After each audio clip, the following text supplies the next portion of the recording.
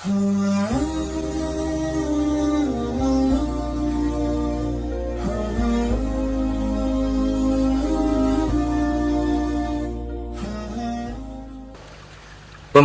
fisik material yang tanpa diimbangi dengan nilai-nilai agama sering cenderung membentuk manusia yang materialistis. Tolok ukur dan sudut pandang dari segala persoalan hanya terbatas kepada benda yang nyata yang berada di sekitarnya. Akibatnya muncullah pola hidup konsumer yang tujuannya tidak lain adalah prestise, harga diri, kebanggaan, dan kemegahan. Maka terjadilah perlombaan di dalam mengejar sesuatu yang bernama materi. Mereka menyangka bahwa itu semua dapat mengekalkan kebahagiaan, dapat menunjang kehidupan yang langgeng. Ada yang berlomba-lomba mengejar-ngejar harta. Seluruh waktu dalam hidupnya habis untuk mengejar harta. Tidak peduli siang atau malam, sore atau pagi. Sujud tidak lagi sempat, Allah dilupakan dengan agama jauh. Ada yang berlomba mengejar-ngejar pangkat, jabatan, dan kedudukan. Tidak peduli menjilat ke atas, menginjak ke bawah, atau menyikut kiri dan kanan. Bahkan teman pun jadi lawan, lawan pun jadi teman. Bukan soal, yang penting pangkat terkejar. Ada yang berlomba memperbanyak kendaraan, sejak dari jet pribadi, pesawat kapal pesiar, sampai kepada mobil-mobil mutakhir. Ada yang berlomba memperbagus rumahnya. Ada yang berlomba memperbanyak istri dan anak-anaknya. Seluruhnya tenggelam di dalam perlombaan yang menurut ukuran mereka akan mendatangkan prestise, kemegahan, dan kebanggaan. Allah subhanahu wa ta'ala menegur, memberikan peringatan dalam surah yang pendek, yaitu surah At-Takatsur. Alhaakumut takatsur hatta zurtumul maqabir, kalla sawfa ta'lamun. Alhaakum ay syagalakum an ta'ati rabbikum. Kamu telah lalai daripada taat kepada Tuhanmu, dan yang menyebabkan kamu lalai itu tidak lain at-takatsur. At-takatsur artinya at-tabahi bi kathrati mata'id dunya, bermegah-megah dengan memperbanyak kesenangan hidup duniawi. Dengan kata lain, berlomba-lomba mengejar kemegahan duniawi telah menyebabkan kamu lalai daripada mengingat, daripada taat kepada Allah subhanahu wa ta'ala. Apabila orang cenderung materialistis, seluruh kegiatan hidup dikerahkan untuk berlomba memperbanyak materi, apa namanya harta benda, apa namanya rumah, apa namanya pangkat dan jabatan, maka dikala itu seseorang akan sangat mudah lalai daripada taat kepada Allah subhanahu wa ta'ala. Hilanglah kesadaran bahwa sesungguhnya apapun yang kita miliki dalam kehidupan dunia ini tidak lain hanya barang titipan sementara. Kita cari, kita kejar, tapi setelah kita dapatkan, jangan dia dijadikan tujuan. Jadikanlah dia sebagai alat. Apabila harta benda duniawi sudah dijadikan sebagai tujuan daripada kehidupan, maka sesungguhnya kita sudah terseret dalam satu siklus, satu lingkaran setan yang tidak akan pernah berujung. Sebab manusia dalam berhadapan dengan materi duniawi tidak akan pernah mengenal kata cukup, tidak akan pernah mengenal kata puas, dan tidak akan pernah bertemu dengan titik. Selalu koma, selalu kurang, selalu tidak ada cukupnya. Apalagi kalau bicara soal keenakan, kenikmatan, kesenangan, itu cuma sekedar sudut pandang saja. Saudara barangkali kalau mengkhayal akan berkata, alangkah enaknya jadi menteri, naik mobil empuk ber-AC kemana-mana disambut. Menteri juga barangkali akan berkhayal seperti saudara, alangkah enaknya jadi rakyat biasa, bebas duduk angkat kaki di warteg tanpa ada yang mengamankan, tanpa harus terikat oleh protokol-protokolan, tanpa harus diatur ini dan itu. Jadi perbedaan cuma sudut pandang saja. Mungkin tukang bakso melihat tukang cukur itu enak, sebab kepala siapa saja bisa dipegang. Tapi barangkali juga tukang cukur melihat tukang bakso itu enak, dan begitulah selanjutnya. Keenakan cuma perbedaan sudut pandang. Saudara-saudara kaum muslimin rahimakumullah, oleh sebab itu agama memberikan kesadaran, seluruh yang kita miliki, yang dititipi oleh Allah dalam kehidupan ini berupa materi keduniaan, hakikatnya adalah alat dan bukan sebagai tujuan. Apabila alat sudah kita jadikan tujuan, kita akan terjebak ke dalam satu perlombaan yang justru akan mencelakakan kita sendiri. Inilah yang saya maksud dengan sirkuit celaka. Perlombaan yang hanya membuat kita jerih, payah, keringat bercucuran, tenaga terkuras, tapi tidak akan pernah sampai ke garis finish. Karena memang tidak ada garis finishnya. Betapapun jauhnya satu perlombaan, dia mesti punya garis finish. Tapi kalau sudah at-takatsur, berlomba bermegah-megah diri, maka barangkali tidak akan pernah ada garis finishnya. Kita akan terseret dalam lingkaran setan berputar di seputar itu tanpa tahu kapan berhenti dan di mana titiknya. Agamalah yang memberikan kesadaran. Alhaakumut takatsur. Bermegah-megahan telah membuat kamu lalai daripada taat kepada Allah Tuhanmu. Semua sadar bahwa kita diciptakan tidak lain adalah untuk mengabdi kepada Allah. Nilai pengabdian ini sering lentur, nilai pengabdian ini sering luntur manakala kita sudah berlomba-lomba bermegah-megah dengan materi kehidupan dunia. Islam jelas tidak menganjurkan penganutnya jadi orang miskin. Bahkan Imam Ali karamallahu wajhah pernah mengatakan, kemiskinan bisa menyebabkan kekufuran. Ayat yang pertama turun juga kita tahu, Iqra, baca olehmu. Kan seolah-olah Quran cuma tidak langsung saja bilang, hai orang Islam, kamu jangan jadi bodoh. Kebodohan menimbulkan kemiskinan, kemiskinan mendekatkan kita kepada kekufuran. Jadi miskin sama kufur tetangga. Artinya dalam kondisi miskin, kemudi hati itu mudah terombang-ambing. Oleh sebab itu sering kemiskinan umat Islam ini dimanfaatkan oleh orang-orang lain untuk menyebarkan agamanya. Padahal agama adalah soal keyakinan yang tidak mungkin ditunjang dengan supermi, ditunjang dengan beras, pakaian, obat-obatan, beasiswa. Agama adalah soal keyakinan. Keyakinan adalah soal kebenaran, dan kebenaran itu adalah milik bersama. Tujuan diciptakannya manusia tidak lain adalah untuk melaksanakan ibadah.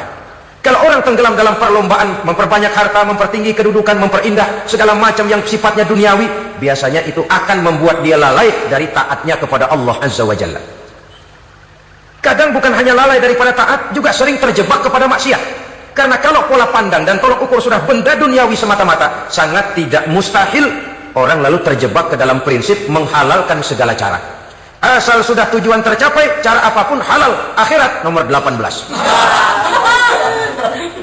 Nah, bukankah memang barangkali kita sejak kecil sudah dilatih untuk materialistis? Umpamanya, kita hanya sering dilatih untuk takut kepada yang konkret-konkret saja. Takut kepada yang nyata-nyata saja.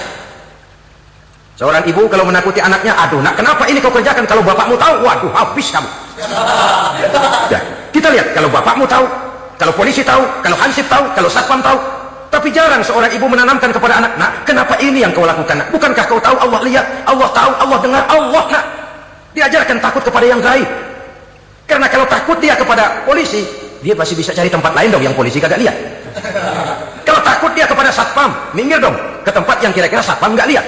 Tapi kalau sudah takut itu terpulang kepada Allah, kepada yang gaib, tidak sejengkal tanah pun yang terhalang dari pengetahuan Allah. Tapi itulah salahnya kita. Sejak kecil anak-anak sudah kita latih untuk takut hanya kepada yang konkret-konkret saja. Akibatnya sampai dia besar melembaga dalam kehidupannya. Dia nyolong, kata temannya, kamu nyolong ya? Iya. Kok nyolong sih? Emang? Kenapa nyolong? Biarin. Kamu kan tahu Allah lihat? Tahu. Kenapa nyolong juga? Biarin. Asal orang jangan lihat. Kalau Allah mah lihat, dia kagak ribut. Allah nggak ribut katanya. Nah, ini kan satu refleksi yang timbul daripada kenyataan. Jika orang hanya dijejali rasa takut kepada yang konkret-konkret saja, kepada yang zahir-zahir saja, yang akan tumbuh lalu mental kucing. Sopan, tenang, kalem, ayem, nggelenggem. Kalau ada orang, sedikit orang meleng, kucing kelihatan watak aslinya. Saudara-saudara kaum muslimin rahimakumullah. Oleh sebab itulah maka agama lewat surah yang kita bicarakan pada pertemuan ini memberikan peringatan. Kala, jangan begitu dong. Kamu boleh mencari dunia, silahkan cari harta yang banyak, cari pangkat yang tinggi, tapi jangan itu membuat kamu lalai daripada taat terhadap Allah Subhanahu wa taala. Jangan karena keinginan mendapat harta yang sebanyak-banyaknya lalu melakukan segala macam cara asal tujuan tercapai. Itu sudah membuat kita lalai. Jangan karena ingin mengejar kedudukan yang tinggi lalu jilat atas injak bawah. Nggak mempan jilat, dukun dipakai. Itu kan sudah membuat kita lalai. Nanti kalau berhasil, wah, dukun kita paten. Tapi kalau gagal, dukun sialan, gagal mampu. Hilanglah Allah dalam kehidupan kita. Makin materialis, dan perlombaan ini membawa kita kepada kecelakaan. Kala, sekali-kali jangan begitu. Berlomba boleh, cari uang yang banyak. Tapi setelah uang didapatkan, jadikan dia sebagai alat, jangan dijadikan sebagai tujuan. Saudara, bekerjalah, yang giat, carilah uang. Tapi setelah dapat, ajak ngomong tuh duit. Bagaimana ajak ngomongnya? Gini, duit, setengah mati gue nyari lo duit tuh. Sore, pagi, siang, malam, peras keringat, banting tulang kaki, jadi kepala jadi kaki, nyariin lo duit. Sekarang kamu sudah saya dapatkan, kamu milik saya duit. Karena kamu milik saya, jadilah kamu budak saya. Jangan saya yang jadi budak kamu. Ini idealnya. Kamu harus jadi budak saya, jangan saya yang jadi budak kamu. Nyatanya kan ada orang nyari duit, setelah duitnya banyak dibudakin oleh duit. Dia sendiri tidak bisa merasakan kesenangan daripada duitnya, konon lagi orang lain. Mau ke pasar ngitung 16 kali. Naik bajai 1000. 1000 itu kalau ratusan semua 1000 lembar. Hitung-hitung, mendingan jalan kaki. Jalan kaki, tengah hari bolong, panas, kan dibudakkan oleh uang. Cari karier, kejar pangkat, kejar kedudukan. Setelah ditemukan itu, jadikan dia sebagai alat, jangan dijadikan tujuan. Pangkat kau milikku, karena kau milikku kau harus jadi budakku, jangan aku yang jadi budak kau pangkat. Satu saat dia harus lepas dari kita. Jiwa ini lapang. Kenapa? Dahulu pun ketika lahir ke dunia tidak ada pangkat yang kita sandang. Dahulu pun ketika lahir ke dunia tidak ada harta yang kita bawa. Jadi harta itu, pangkat itu, kedudukan itu ada dalam hati, tapi tidak berurat dan berakar. Kalau dia berurat dan berakar dalam hati, berat misah sama harta itu. Berat. Sekedar ngasih fakir miskin cepet juga berhitungnya 17 lembar. Dengar di kantornya mau ada mutasi, pindah dia dari tempat basah ke tempat kering, baru berita buruk udah meriang duluan. Ini nanti bagaimana, itu nanti bagaimana, ini nanti bagaimana. Kan tidak jarang orang yang kena apa istilah kerennya zaman sekarang itu post power syndrome. Post power syndrome ini pernah dianalisa oleh Nabi. Kata beliau, irhamu salasatan minan nas. Sayangilah 3 macam manusia. Siapa mereka? Pertama, azizan zalla, orang terhormat yang jatuh hina. Ini yang sering terkena post power syndrome. Biasa kemana-mana dikawal, dihormati, datang ke tempat ini protokol siap, ini serba diatur semua, serba beres. Begitu jabatan selesai atau pensiun, habis orang gak indah-indah. Dia lihat orang diemin aja, orang diemin, orang tonton. Ini kalau nggak kuat mentalnya, itu kena post power syndrome. Akibatnya ya bisa jantungan, bisa lever, bisa darah tinggi. Ya penyakit-penyakit yang zaman dulu kita nggak kenal. Ini kan makin banyak dokter, makin maju ilmu kedokteran, makin aneh penyakit. Saudara hadirin yang saya hormati, post power syndrome. Kena apa yang dinamakan frozen emotional attitude. Tidak kuat menghadapi kenyataan. Azizan zalla, orang terhormat yang jatuh hina, itu sangat perlu dikasihani. Yang kedua, ghaniyan qad iftaqara, orang kaya jatuh miskin. Ini juga sama. Biasa hidup apa ada, serba ada, lalu harus hidup apa adanya. Ini kalau kurang-kurang kuat benar-benar membleng. Kalau tidak kuat mentalnya, biasa hidup serba enak, serba nikmat, cuma kerjanya neken cek, main apa itu kredit card, macam-macam fasilitas dipunyai, tahu-tahu jatuh bangkrut, jatuh miskin. Kalau tidak fondasi agamanya kuat, bisa gantung diri, bisa bunuh diri, bisa frustasi, bisa terkena psikosomatik, tekanan jiwa mempengaruhi faktor biologis, timbullah tekanan, terjadilah penyakit aneh-aneh. Al-ghaniyan qad iftaqara, orang kaya jatuh miskin, itu perlu dikasihani. Yang ketiga, wa faqihan yal'abu bihil juhal, ahli fikih tapi dipermainkan oleh orang-orang bodoh. Hanya kebetulan orang bodoh itu punya kekuasaan. Hukum bisa dipesan. Aturannya haram, Ustaz, ada haram dikit aja dah. Sibuklah tuan fakih ini, ahli fikih ini mencari dalil kebet sana kebet sini supaya yang tadinya haram benar bisa jadi haram sedikit. Padahal yang minta ini orang bodoh, nggak ngerti agama, cuma karena punya kekuasaan dipermainkan oleh orang yang fakih. Orang yang fakih ini dipermainkan. Kasihan orang yang seperti itu. Wa faqihan yal'abu bihil juhal, ahli fikih tapi dipermainkan oleh orang-orang bodoh. Akibatnya karismanya hilang, wibawanya lenyap. Dia menyangka bahwa dengan mengharam-haram sedikit-sedikit itu dia bisa mendapat keuntungan yang berganda-ganda, padahal akibatnya itu hanya akan membawa kecelakaan saja. Allah peringatkan benar, kala sekali-kali jangan begitu. Cari uang yang banyak silahkan, ngejar kedudukan yang bagus boleh, bikin rumah yang hebat silahkan, ada kendaraan bagus silahkan, tapi jangan sampai kamu terjebak kepada sirkuit celakai, perlombaan yang tidak ada garis finishnya. Sering dicontohkan orang menghayal, melamun, kamu kenapa nggak mau ibadah? Lah bagaimana mau sembahyang, saya di Jakarta masih ngontrak.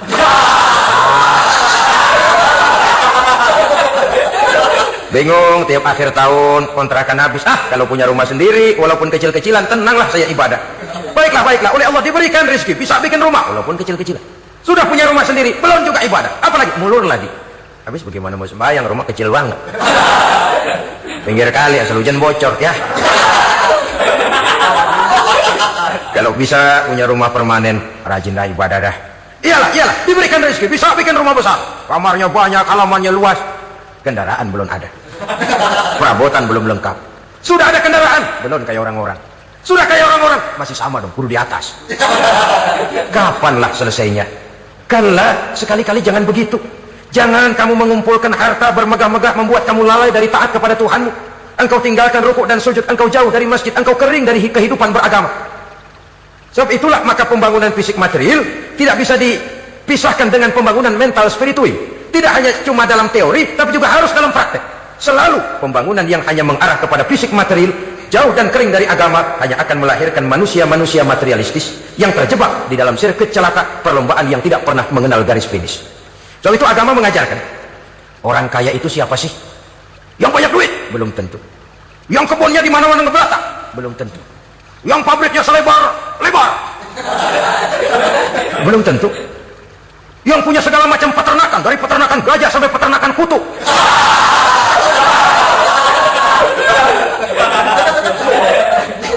tentu agama memberikan tuntunan yang sangat luhur. Orang kaya itu adalah orang yang hidupnya cukup.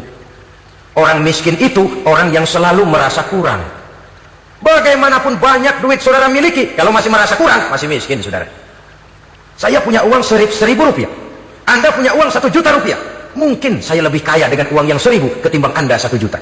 Kenapa? Dalam tangan saya uang 1.000 besar artinya sesuai dengan kebutuhan saya. Tapi di tangan Anda uang 1 juta, kebutuhan Anda lebih besar daripada itu lagi.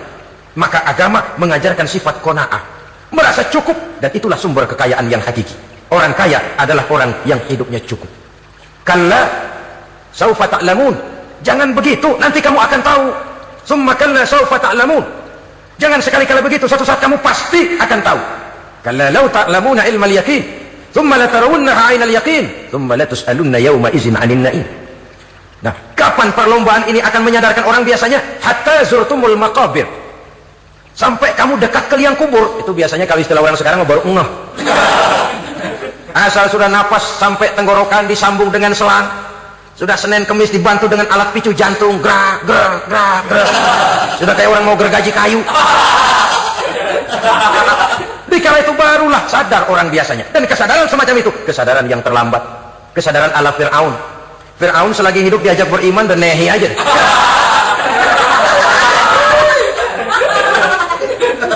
Tapi ketika dia tenggelam di lautan merah bersama seluruh tentaranya, di kanan napas hampir terputus, keluar ucapannya, amantu bi rabbi Musa wa Harun. Aduh, kalau begini mah saya juga percaya kepada Tuhannya Musa dan Harun, saya beriman kepada Allah. Lagi timbul tenggelam mau sekarat baru beriman.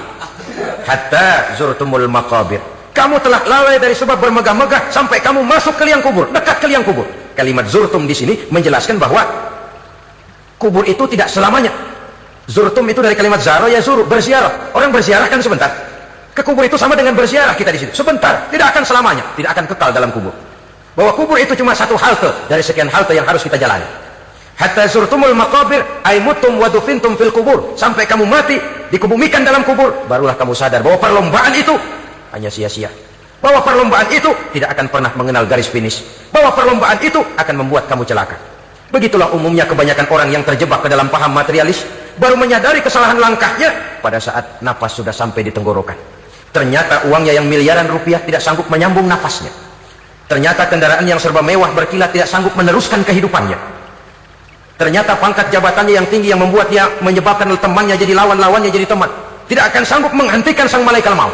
Kalau keadaan sudah begitu, baru sadarlah kita terlambat.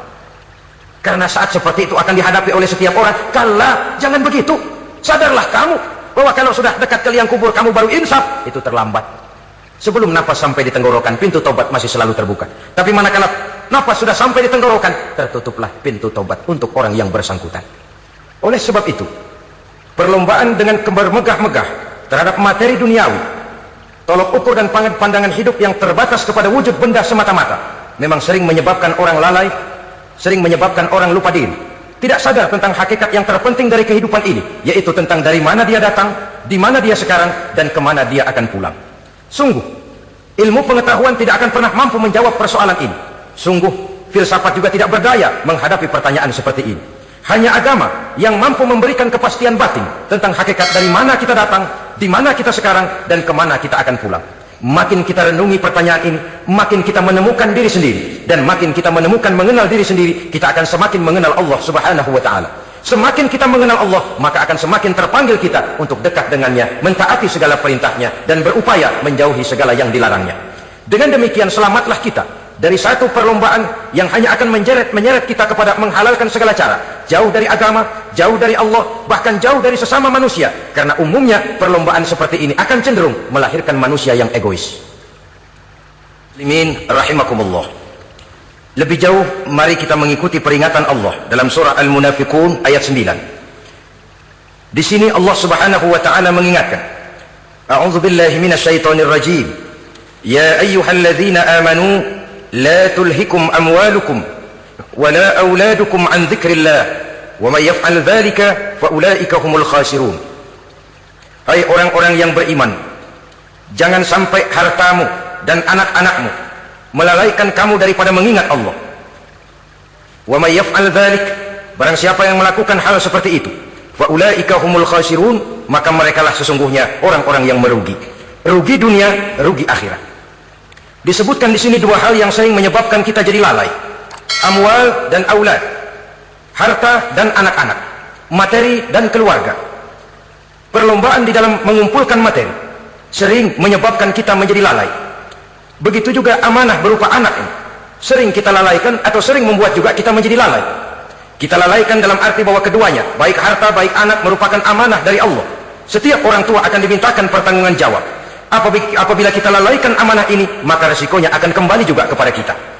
Tapi satu hal yang jelas dalam ayat 9 surah Al-Munafikun ini, bahwa perlombaan memperbanyak harta dan anak-anak yang masuk dalam kelompok at-takatsur itu tadi akan menyebabkan orang khasiru, termasuk ke dalam kelompok orang-orang yang rugi. Perlombaan yang hanya akan membawa kerugian semata-mata. Kemudian di dalam satu hadis Rasulullah Shallallahu Alaihi Wasallam memberikan peringatan. Beliau bersabda, "Iza azzamat ummati dinaran wa dirhaman, nuzi'at minha haibatul Islam. Wa iza tasabat ummati saqatat min ainillah. Wa iza turikatil amru bil ma'rufi wan nahyu 'anil munkari, hurimat 'alaihim barakatul wahyi." Ada tiga hal yang kalau kita kerjakan akan menimbulkan tiga macam akibat di dalam hadis ini. Pertama, iza azzamat ummati dinaran wa dirhaman. Apabila umatku sudah mengagung-agungkan dinar dan dirham. Artinya kalau umatku sudah jatuh menjadi umat yang materialistis, segalanya diukur dari dinar dan dirham. Dinar dan dirham ini kalau bahasa Inggrisnya dokat.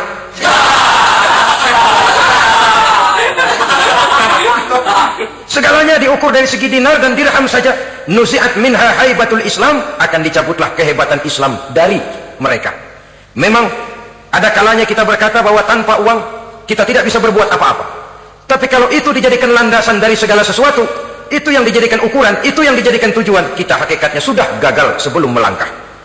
Apapun saja profesi kita, apabila sudah menjadi pendewa dinar dan dirham, akan hilanglah kehebatan Islam, akan dicabut kehebatan Islam itu. Umat Islam bisa dibeli, ulama bisa dikontrak, kiai bisa dicarter. Saudara hadirin ma'asyiral muslimin rahimakumullah, apabila umatku sudah membesar-besarkan dinar dan dirham, bermegah-megah dengan itu, berlomba-lomba memperbanyak itu yang menjadi tujuan dan tolok ukur dari segala kegiatan, nuzi'at minha haibatul Islam, akan dicabutlah kehebatan Islam. Hilang itu wibawa. Walaupun dia bernama umat mayoritas dalam jumlah, tetapi dia minoritas dalam peranan. Mayoritas dalam bilangan, tapi minoritas dalam percaturan kegiatan hidup ini. Kita ingat di zaman pengembangan Islam di masa Rasulullah Shallallahu Alaihi Wasallam, mereka berlomba-lomba mengorbankan dinar dan dirhamnya untuk kepentingan agama, bukan mengorbankan kepentingan agama untuk mencari dinar dan dirham. Kita di zaman sekarang sering terjadi penjungkiran nilai terbalik yang kita amalkan. Nabi Ibrahim mengorbankan putranya Ismail untuk kepentingan agama. Kita sering sekarang ini mengorbankan kepentingan agama untuk anak-anak kita. Dulu anaknya yang dikorbankan buat agama, sekarang agamanya dikorbankan buat anak. Dulu dinar dan dirham dibelanjakan untuk menopang agama, sekarang agama dijadikan alat untuk mencari dinar dan dirham. Saudara-saudara kaum muslimin rahimakumullah, memang apabila dinar dan dirham digunakan untuk penyangga perjuangan, itulah idealnya. Saya katakan tadi, dinar, dirham, uang, dunia cuma sekedar alat, bukan sekedar tujuan. Kita memerlukan alat ini. Membangun pesantren tidak cukup dengan semangat, membangun rumah sakit Islam tidak cukup dengan pidato, membangun masjid tidak cukup dengan semangat menggebu-gebu. Kita perlu semen, kita perlu pasir, kita perlu batu kali, kita perlu besi, dan itu semua beli. Tidak turun dari langit seperti turunnya embun di waktu pagi. Tidak mungkin rumah sakit Islam muncul ke permukaan hanya dengan simsalabim abracadabra.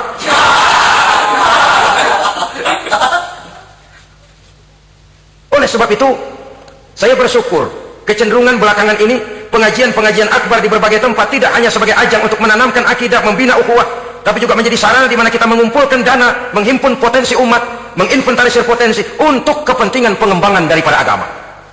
Meskipun ada satu dua orang yang salah paham tentang ini, sampai kemudian saya mendapat satu merek yang cukup tidak enak untuk didengar, mengkomersilkan pengajian katanya, karena memang ada pengajian yang menggunakan sistem karcis, sebenarnya juga tidak etis. Undangan berikut infak yang seluruh hasilnya digunakan buat kepentingan agama, apakah itu rumah sakit, apakah itu madrasah, apakah itu masjid, dan satu sen pun saya tidak menuntut bagian dari itu. Saya malah berprinsip sepanjang saya masih laku untuk dijual dan itu memang buat kepentingan agama, persilahkan jual saja, asal buat masjid, pesantren, madrasah, rumah sakit Islam, kegiatan syiar dan dakwah, silakan.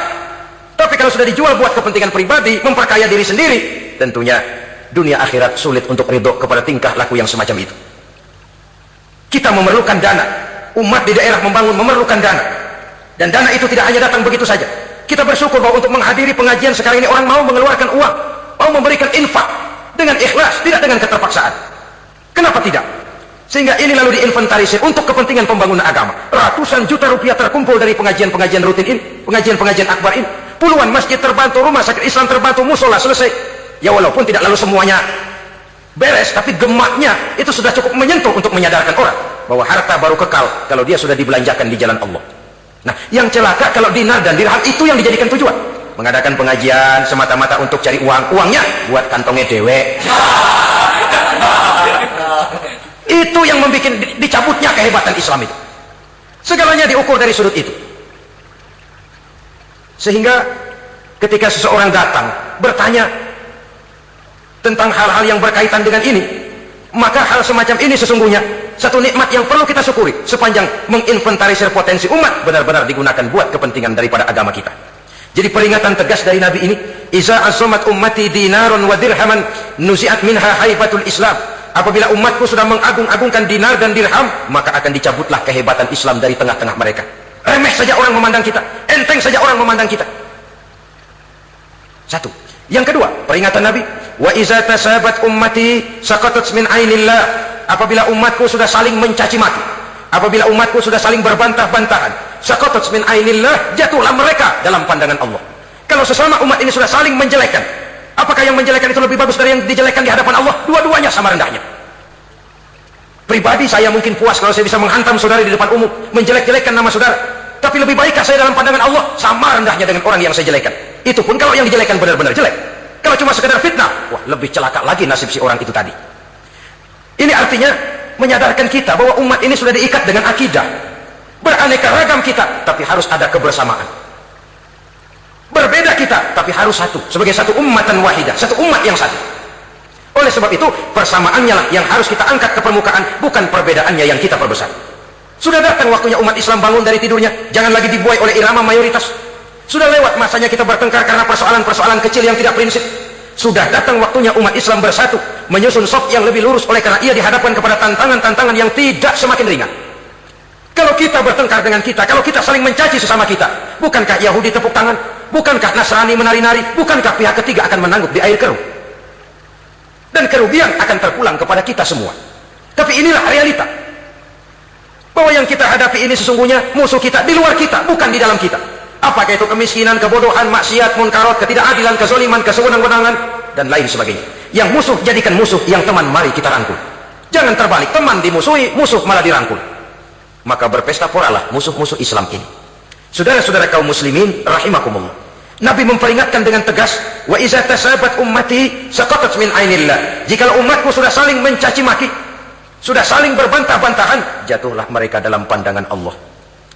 Satu ayat menjelaskan, jangan sebagian kamu meremehkan, yaskhar, mengecilkan, menganggap enteng orang lain.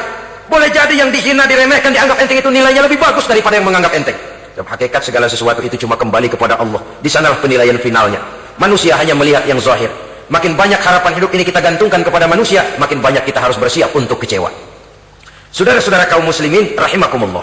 Kemudian yang ketiga, peringatan dari baginda Nabi, wa iza turikatil amru bil ma'rufi wan nahyu 'anil munkari hurimat 'alaihim barakatul wahyi.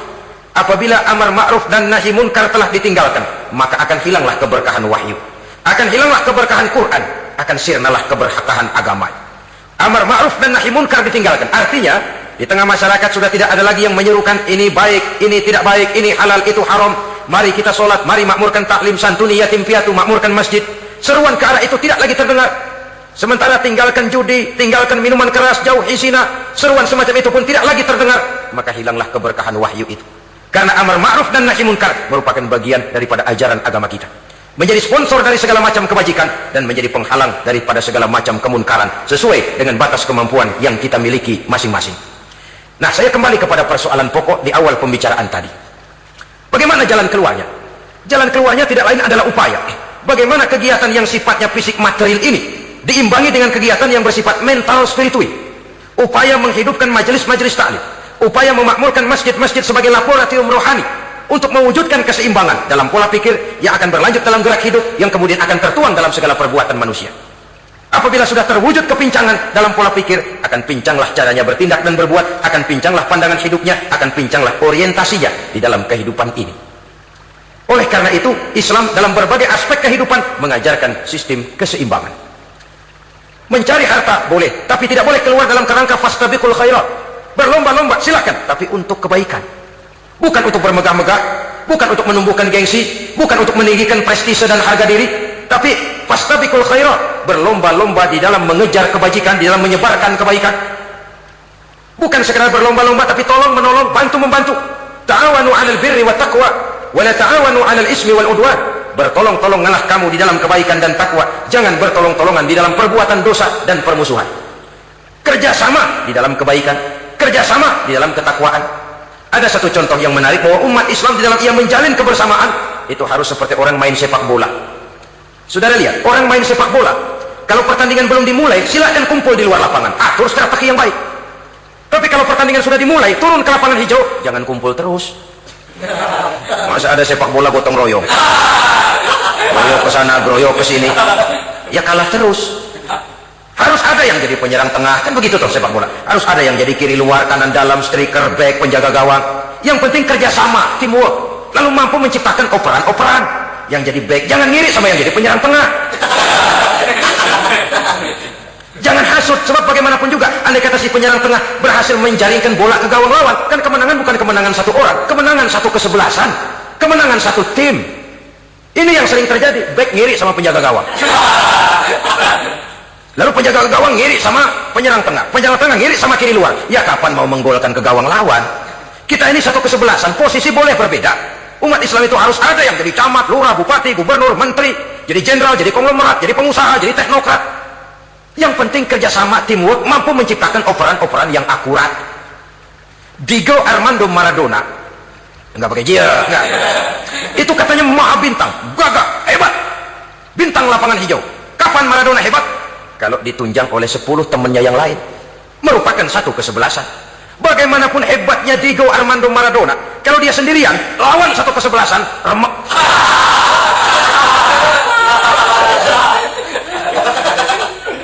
Dia hebat, dia jenius, dia maha bintang karena dapat operan dari teman-temannya, bukan jegalan, operan.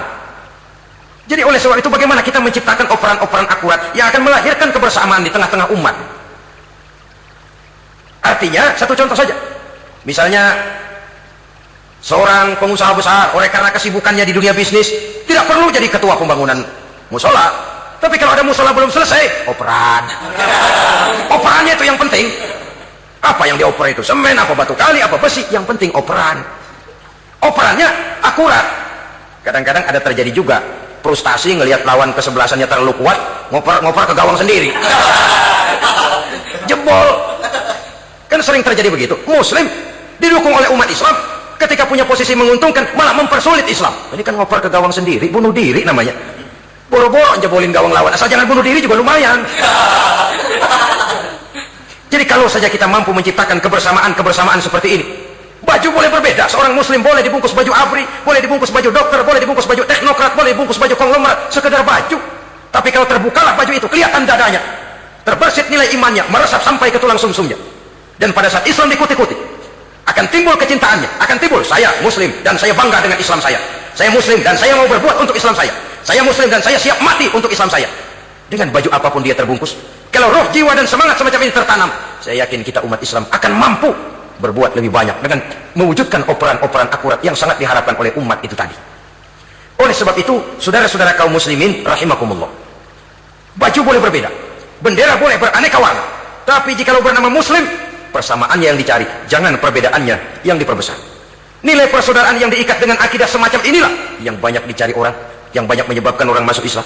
Di mana masjid kelihatan benar sebagai simbol kehidupan demokrasi dalam menciptakan ukhuwah, wawasan ukhuwah ini. Demikian video dari YouTube Papa Alvin. Insya Allah bermanfaat dan menambah keimanan serta ketakwaan kita.